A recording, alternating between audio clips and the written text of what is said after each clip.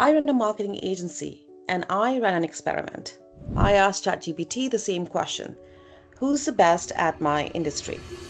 Over and over. Same prompt, same model, same session. The lists were different nearly every time. Different brands, different order, different number of recommendations. But a handful of names kept showing up across almost every response. Not because they had the most content or the best SEO, but because AI had decided they were trustworthy enough to be recommended. That's when I realized there's something happening underneath. AI search that has nothing to do with content or structure, and it's deciding who wins. Hi, I'm Pahuna.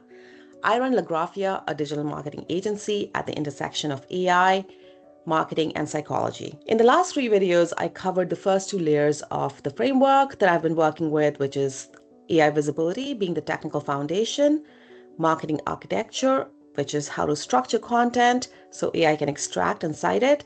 And today we're going to discuss another major layer, which is psychology. The psychology layer actually has 2 sides. One is the human side, persuasion, emotional connection, how your content earns trust from real people.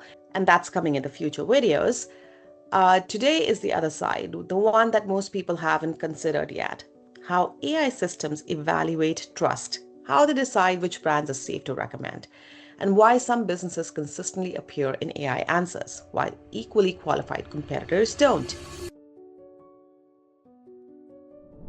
Here is something most people don't realize. AI does not evaluate trust the way humans do. It doesn't read your About Us page and think, this seems credible.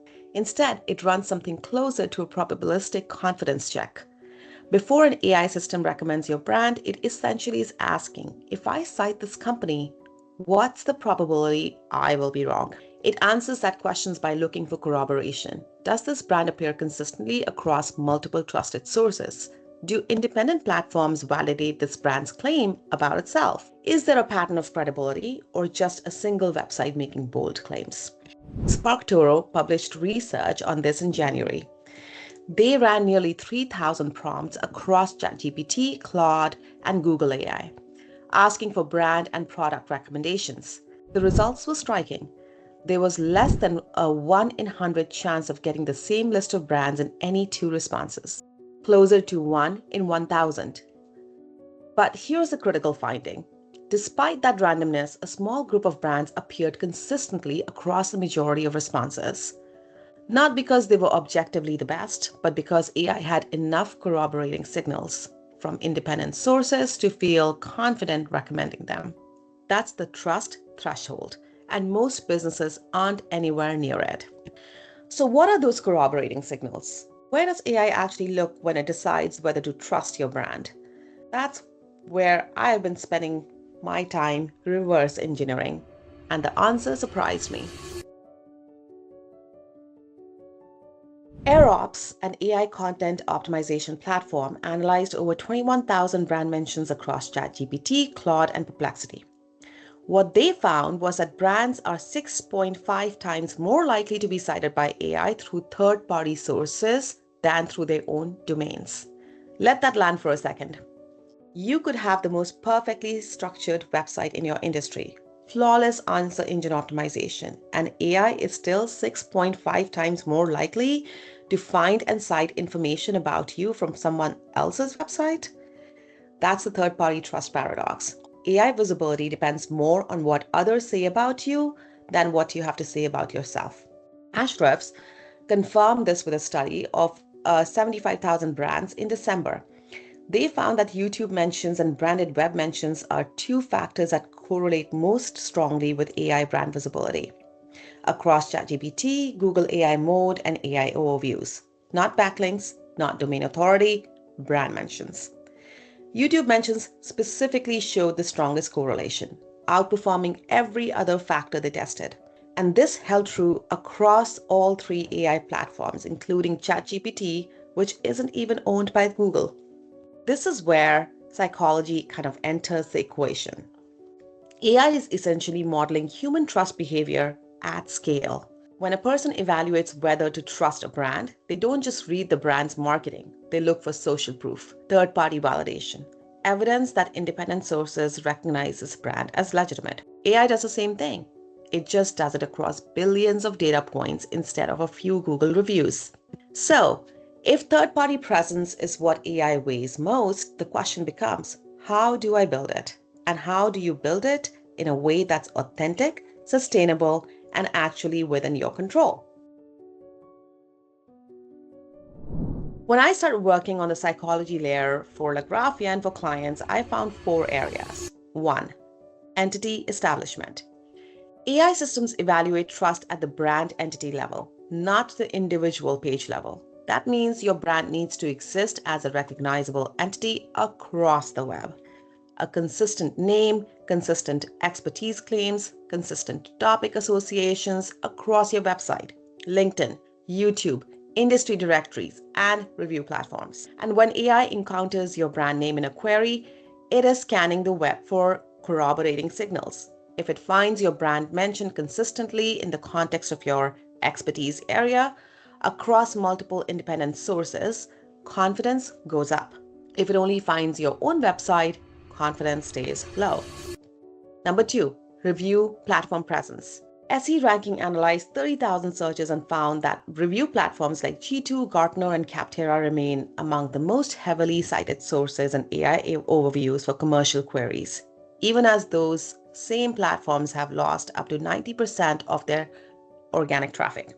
AI is pulling from them more, even as humans visit them less. Coladi's research on ChatGPT found that review platform presence is almost always a prerequisite for brand inclusion in AI answers.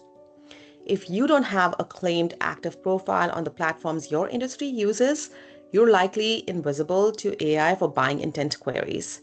This is one of the simplest trust signals to set up, and one of the most neglected. Number 3, content that others cite. This ties back to information gain from the last video. When you publish original data, original frameworks, or original case studies, other creators, journalists, and publications reference your work. Those references become the third-party mentions that AI weighs so heavily. You're not building backlinks for Google, you're building citation signals for AI. And that difference now matters because AI doesn't care about link anchor text or page rank. It cares about whether independent sources mention your brand in the context of your topic. Number 4, community presence. SE Ranking's analysis of 129,000 domains found that brands with tens of thousands of organic mentions on platforms like Quora are 3 times more likely to be cited by ChatGPT than brands with little or no presence. Reddit shows a similar pattern, though it takes higher volumes of mentions to move the needle. The key word is organic, not dropping links and threads. AI systems are sophisticated enough to detect that. Genuinely contributing to conversations in your area of expertise, answering questions, sharing perspectives, being present when your industry discussions happen. The common thread across all 4, none of these are about your website. They're about your brand's footprint across the web. The wider and more consistent that footprint, the more confident AI becomes in recommending you. If you're seeing gaps in your brand's trust signals, subscribe. This is the final layer of our AMP framework. There are many other pieces of it that we'll keep posting each week, and everything in the series builds on what came before. Here is the context that makes this urgent. Gartner surveyed 646 B2B buyers and published the results a few weeks ago. 45% used AI during a recent purchase process, not as an experiment, as a part of how they decide who to work with. G2 found that nearly 9 out of 10 B2B software buyers say AI chatbots have already changed how they research products. And half of them now start their buying journey in a chatbot. Not on Google, that number jumped 71% in just 4 months. And here is what connects all of this. Trust Radius found in their 2025 buyer research that 90% of B2B tech buyers click through to the sources cited in AI overviews. So being named in an AI answer isn't just awareness, it's a direct path to consideration. And that's huge. When a buyer asks who's the best at X, Y, or Z, there is no page 2. There is no list of 10 blue links to scroll through. There are maybe a few different names with reasons. The brands building trust signals now, entity presence, review profiles, third-party mentions, community credibility are the ones that will consistently appear in those answers. Everyone else may become invisible. Not to Google, to the AI systems that are increasingly deciding who gets considered before Google link suggestions are even opened. So that's kind of like the one layer of the psychology side of the AMP framework, which is how AI decides which brand to trust and recommend. Let me bring the full picture together. The A, which is the AI visibility. This is the technical foundation. Can AI crawlers actually reach your website? Next, the marketing architecture. Is your content structured so AI can extract and cite it? Number 3 is psychology. Does AI trust your brand enough to recommend it? All 3 layers have to work together. If one breaks, the system may collapse. I'm seeing it more and more. Businesses that are technically perfect but have no third-party presence. Businesses with strong community credibility but content AI can't extract. Every combination of one layer working and 2 failing. This is what I call answer engine optimization. In my view, it's a single biggest shift in how businesses get discovered since search is changing at a rapid pace now.